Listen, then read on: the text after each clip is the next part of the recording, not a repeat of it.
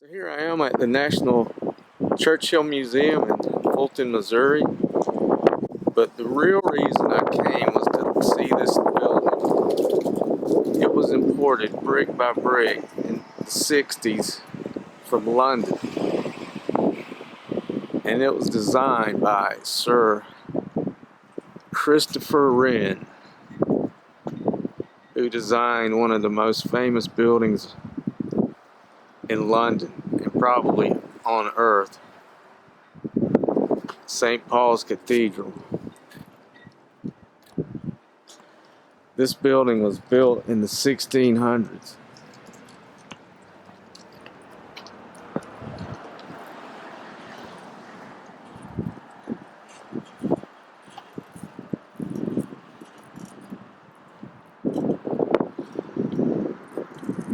While on earth, they decided to disassemble it and bring it to Fulton, Missouri is unknown. So one of the biggest questions that we get asked here at America's National Churchill Museum is, why Fulton? What on earth is a museum dedicated to a British Prime Minister doing here in a small town in the state of Missouri? Well, the answer to that question is actually the subject of a rather extraordinary confluence of events. For you see, in the fall of 1945, the president of Westminster College, a man by the name of Frank McClure, conceived a bold idea to invite Winston Churchill to come here to Westminster College to give an address. Now, he didn't think it was particularly likely Churchill was going to come all this way to deliver a speech here in the middle of a town that he'd probably never even heard the name of before, at a college that he had also probably never even heard the name of before. But Frank McClure just so happened to have a good friend of his from his college days named Harry Vaughan, who just so happened to be not only a major general in the United States Army, but also a military aide to none other than President Harry S. Truman in the White House. I seem to be the only person here. This is the church. St. Mary the Virgin, Aldermanbury. If you can believe it, the church that stands right above us today is one that was originally built in London, England. And if you can believe it, the original incarnation of this church was built around the year 1181 AD, almost 900 years ago. Now, the church didn't look anything like it does today back in 1181 because the original church was built out of the remains of an old Roman wall. However, that church burned down in the Great Fire of London in 1666. And so, in 1677, Sir Christopher Wren, the royal architect of the time, was commissioned to redesign and rebuild the church, which he did into the form in which it roughly stands today. Now we ascend the stairs. Let's count these stairs. 1, 2, 3, 4, 5, 6, 7. 26, 27, 28, 9, 31, 32. Of course there were 32. Now, why it's here in Fulton is that during World War II, more specifically in the year 1940 during the Blitz, the church suffered a direct hit from a German firebomb and burned down a second time. This time, however, the British government did not have the funds with which to restore the church as they once had back in 1677. And so, the church stood as a wreck in London for about a decade and a half before the British government decided eventually that they were going to demolish the church since there really wasn't anything that they could do with it.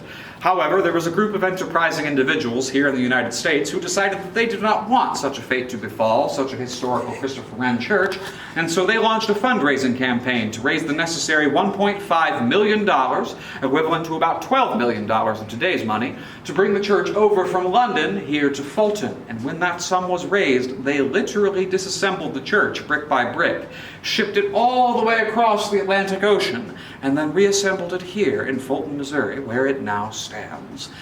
Okay, that is the story that we're told about this entire project of bringing Renaissance cathedral from London to Westminster College in Fulton, Missouri. So let's look at the players that we've got here. So you got McClure, president of the college, who happens to be friends with one of the staff of a sitting president, Truman, and that's convenient. But it's not the whole story. This thing has got Freemasonry fingerprints all over it. You've got Truman, who is sitting president, 33rd degree Mason. As a past Grand Master of the great state of Missouri, I'm very much interested in the Masonic Service Association. The general, he's a Mason. I know McClure had been a Mason. So on the other side of the pond, you've got Churchill, who's going to come to Westminster College in 1946 and give a speech. The church wasn't there yet, but he's going to come to Westminster College, give a speech. Why? Churchill's a Mason, okay? You see all the Masonic symbols that are in the church. And so now you throw Sir Christopher Wren into the mix, who the Masons claim, and now you're just looking at a completely different story.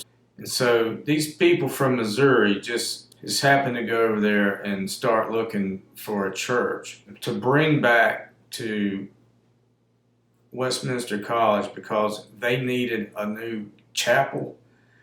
I mean, there's huge sections of this story that are missing, as far as I'm concerned. Now, they kind of insisted on it being a Wren church too. And I mean, Wren designed St. Paul's Cathedral. I don't know if it was some kind of a payment for something that happened during the war. I have no idea what the real story is. Anyway, so if you get a chance, go check out the Churchill Museum. But you know, if you're not into Churchill, which I'm not either, but if you are into unique structures and history of cathedrals and historic monuments like I am, that's a really cool place to go check out.